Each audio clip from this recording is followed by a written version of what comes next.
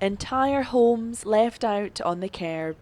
Dozens of Newcastleton residents have been told they won't be back in their houses for at least 6 months. Vicky is one of them.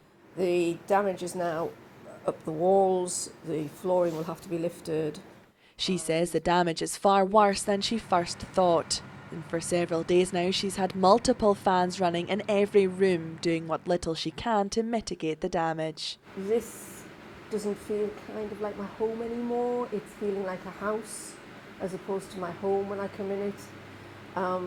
I will be pleased when they strip it and rebuild it, decorate, all of that, and then it will start feeling again a bit more like ours that we can come back into and a home again. But that's the way I feel at the moment. And it's still making me quite emotional as well. A week on, I still get quite emotional about it. On the Saturday before last, the Lidl water surged through the village and emergency services worked through the night to evacuate residents. Since then, the community have rolled up their sleeves for the clean-up.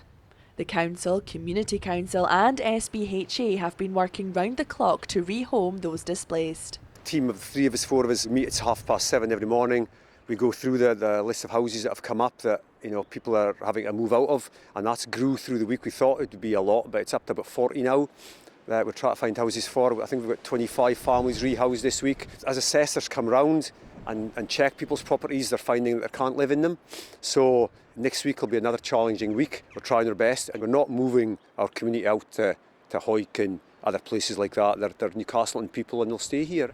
A support centre has been set up at the number 8 youth club in the village, where people can come for information on anything from housing to insurance, as well as seek advice on any hardship they may be facing. And in the wake of what happened, flood defences have now become a topic of debate. This is my kitchen. As you can see, I've had it stripped out back to the walls just to try and get it cleaned up. Fans on to try and get it dried. Angela wants to avoid a repeat of what happened to her at any cost. There was talks about getting flood defences on the river, but there's certain people in the village are against it.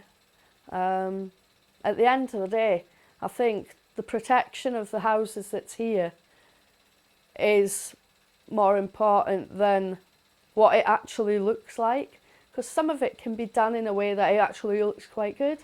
The job will be of how do we avoid this happening again, and that's a contentious issue because some people want flood defences, some people don't. So there's going to be a meeting of minds and sharing of ideas, and there'll have to be compromise down the road. That's the only way we'll move forward is by compromise. So while the community are pulling together to get back on their feet, how they stay that way is yet to be determined. Claire McNeil, ITV News, Newcastleton.